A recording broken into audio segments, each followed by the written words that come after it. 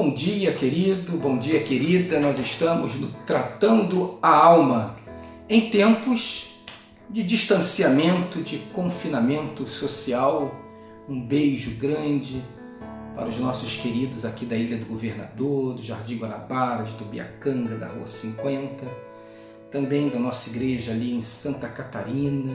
Um beijo para o pessoal de Manaus, que tem acompanhado a gente, e de outras partes aí, que tem parado um pouquinho para estar conosco nessa comunhão do Tratando a Alma. Que Deus abençoe a sua vida. Nós estamos lendo a oração do Pai Nosso, que está em Mateus capítulo 6, a partir do versículo 9, que diz assim: Vocês orem assim: Pai nosso que estás nos céus, santificado seja o teu nome, venha o teu reino, seja feita a tua vontade, assim na terra como no céu. Dá-nos hoje o nosso pão de cada dia, perdoado por Deus, de acordo com o perdão que você oferece. Nós estaríamos fritos. Mas o que ele quer dizer é algo ainda mais dramático. Que nós somos perdoados e fomos chamados para perdoar.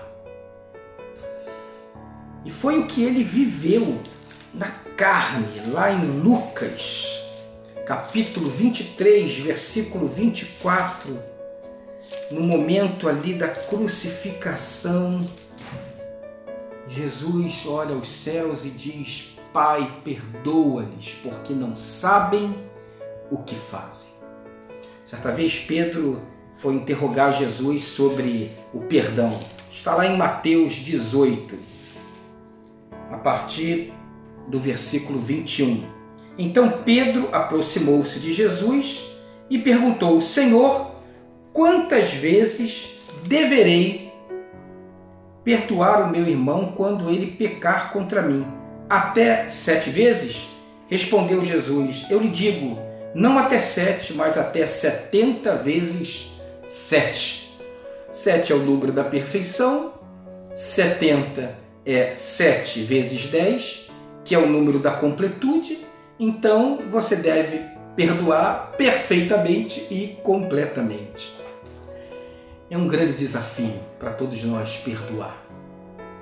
Mas, num certo sentido, toda essa necessidade ou esse desafio de perdoar para que a vida continue fora da gente e dentro da gente. Porque quando você perdoa, você libera o outro, mas também se libera.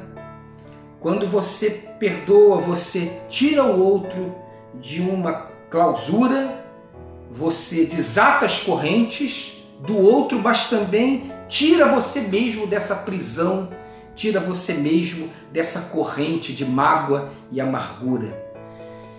Então, se defrontar com essa necessidade do perdão para que a vida continue, esse desafio de perdoar tem muito a ver com essa capacidade da gente olhar para a gente mesmo, da gente reconhecer que só fomos perdoados pela graça de Deus.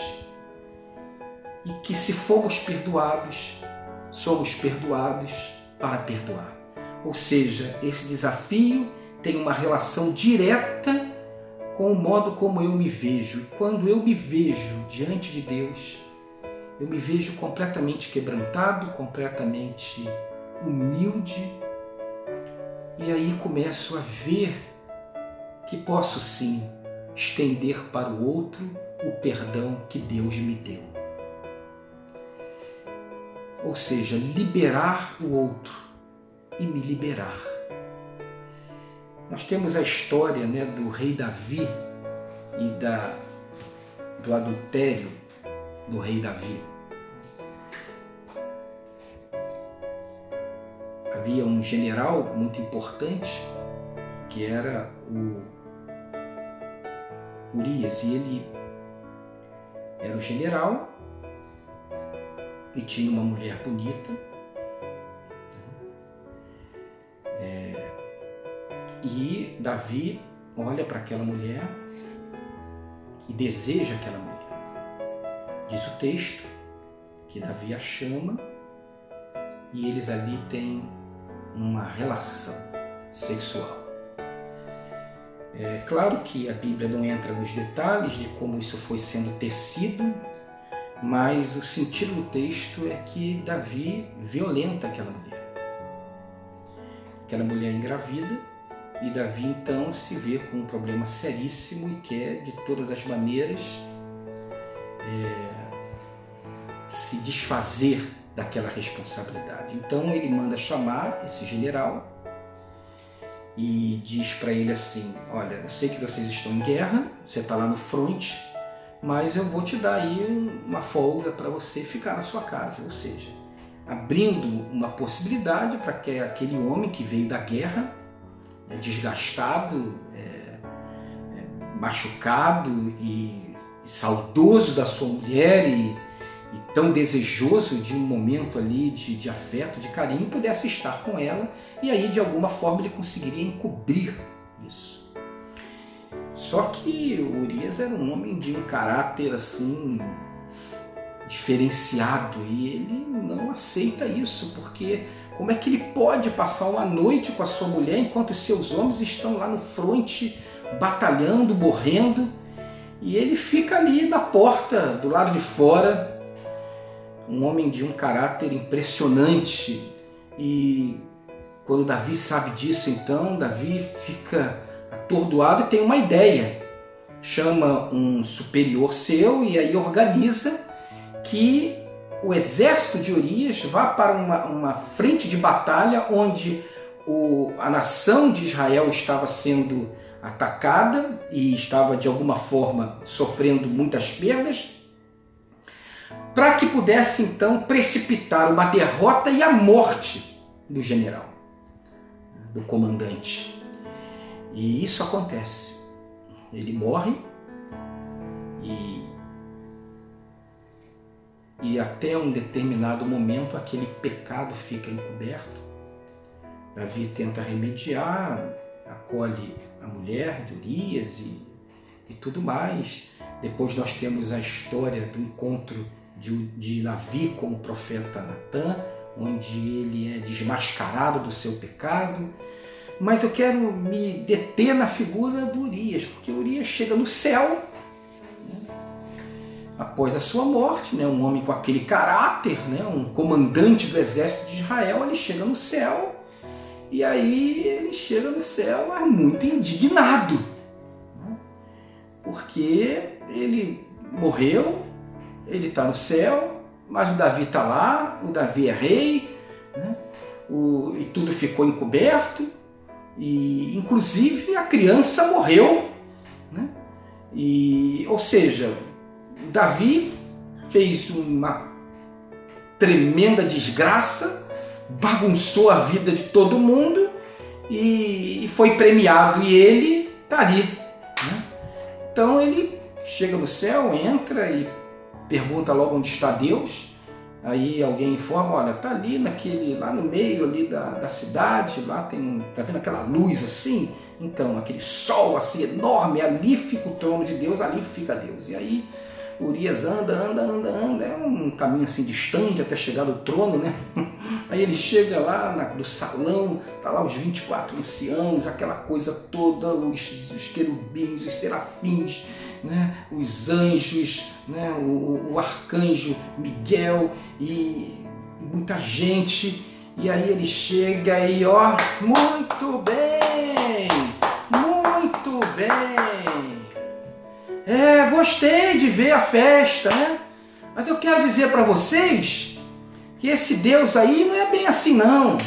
Esse Deus aí é um Deus que bota a sujeira para debaixo do tapete. Esse Deus aí é um Deus que escolhe uns em detrimento de outros. E teve um aí que fez uma miséria lá na terra, mas está premiado, e eu morri. Esse Deus não é tão justo assim não. Aí aquele silêncio, Todo mundo se volta assim, olha para Deus, e Deus olha assim pro arcanjo e fala assim: tem razão, Urias tem razão, vou refazer esse trem todo.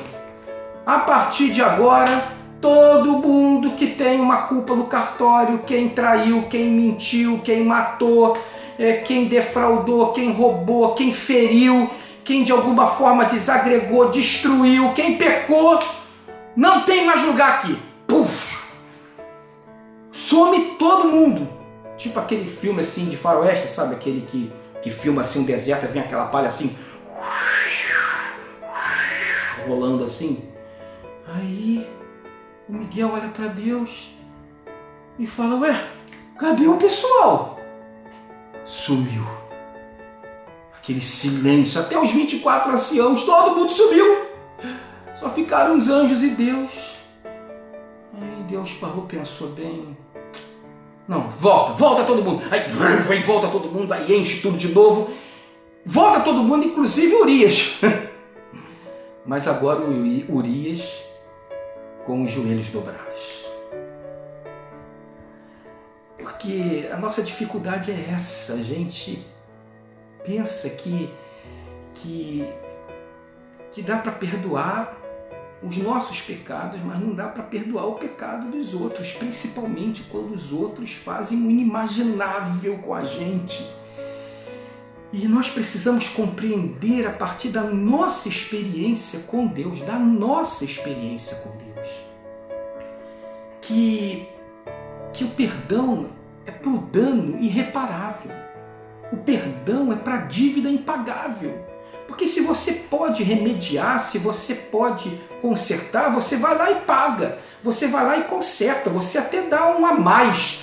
Você recompensa. Você tenta sanar o seu dano. Mas o perdão não é para isso. O perdão não é para aquilo que pode ser remediado. O perdão é para a dívida impagável. O perdão, por exemplo, é para uma ofensa. Quando alguém, por exemplo, lhe chama de louco, ou quando alguém lhe xinga de alguma coisa que mancha o seu caráter, que lhe envergonha publicamente, ou quando alguém lhe tira algo, quando alguém lhe rouba a alegria, quando alguém fere o que não poderia ser ferido e tira de você o que não poderia ser tirado.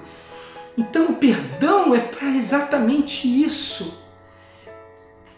Não há como a gente entrar nesse perdão sem essa consciência de que nós recebemos esse perdão, porque Deus, na sua santidade, nos acolheu, sendo nós quem nós somos.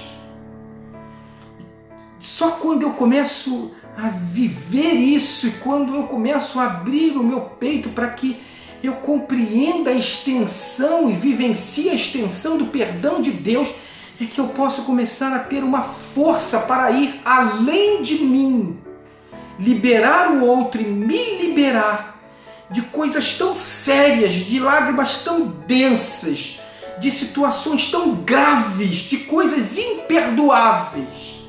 Mas nessa força do perdão de Deus, eu conseguir olhar de um outro jeito e fazer um movimento, fazer uma mudança no meu posicionamento e começar a trabalhar o perdão na minha vida. Como em Atos, capítulo 7, na experiência dramática da morte de Estevão, o primeiro mártir do cristianismo. Estevão, capítulo 7, a partir do versículo 54, nós lemos assim: ouvindo isso, após o discurso de Estevão, que foi, sem dúvida alguma, em todo o Novo Testamento, o discurso mais contundente, mais avassalador, que rasgou a alma daquele povo endurecido, que não queria Jesus, que tinha levado Jesus à cruz e que rejeitaria Jesus e perseguiria os cristãos, perseguiria a pregação do Evangelho. Então, depois daquele discurso que não deixava saída, ouvindo isso, ficaram furiosos e rangeram os dentes contra ele, contra Estevão. Mas Estevão, cheio do Espírito Santo, levantou os olhos para os céus e viu a glória de Deus e Jesus em pé à direita de Deus e disse: vejo os céus abertos e o Filho do Homem em pé à direita de Deus. Mas eles taparam o ouvido, dando fortes gritos. Era como o povo naquela época, né, diante daquilo que eles entendiam como uma heresia, eles tapavam o ouvido e começavam a gritar, gritar, para que a voz ficasse calada, né? A voz daquele que trazia a palavra, que cortava a alma, ficasse calada. Lançaram-se todos juntos contra ele, arrastaram-no para fora da cidade e começaram a apedrejá-lo. As testemunhas deixaram seus mantos aos pés de um jovem chamado Saulo, que vem a ser o apóstolo Paulo, que depois de convertido, de Saulo passa a se chamar Paulo, o apóstolo Paulo. Enquanto apedrejavam Estevão, este orava: Senhor Jesus, recebe o meu espírito. Então caiu de joelhos e bradou: Senhor, não os consideres culpados deste pecado. E tendo dito isto, adormeceu. Não o consideres culpados. Naquele momento, Estevão, tomado do perdão, do acolhimento, da verdade maior espiritual, da visão de ver o céu se abrindo e Jesus à direita do Pai, de braços estendidos, acolhendo, diante daquele perdão de Deus, ele consegue ter a força para perdoar, libera a si mesmo e libera o outro.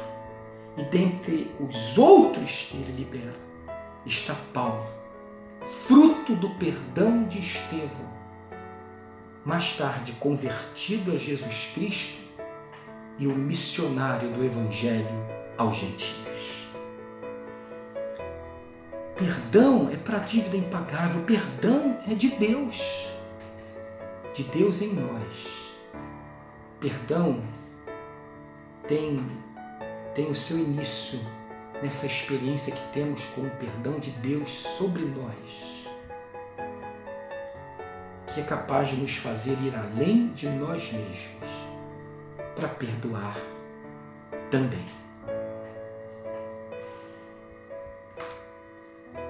É desafiador. É exatamente dentro daquilo que Jesus Cristo nos disse sobre os seus seguidores. Se você quer me seguir, se você deseja de verdade me seguir, negue-se a si mesmo, tome a sua cruz e me siga. Isso é cruz. Perdoar o imperdoável. Como nós fomos perdoados.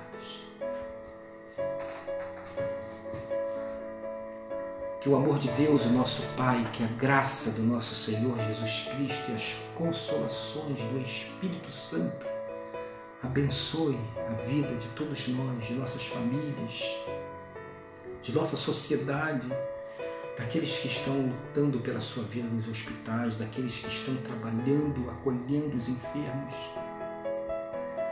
de toda essa gente que tem trabalhado, que tem estado nos mercados, nas farmácias, nos postos de gasolina, fazendo a nossa segurança, consertando as coisas. Pessoas que têm se exposto, que o Senhor possa protegê-los de todo mal, que o Senhor abençoe nossas famílias e nossa sociedade, que o Senhor abençoe toda a iniciativa de cura, todo o trabalho de amor e do bem, para que possamos superar esse momento tão difícil. Que o Senhor nos dê um dia abençoado e abençoador, cheio de desafios, de perdão. Amém. Um beijo no coração e até amanhã. Tchau, tchau.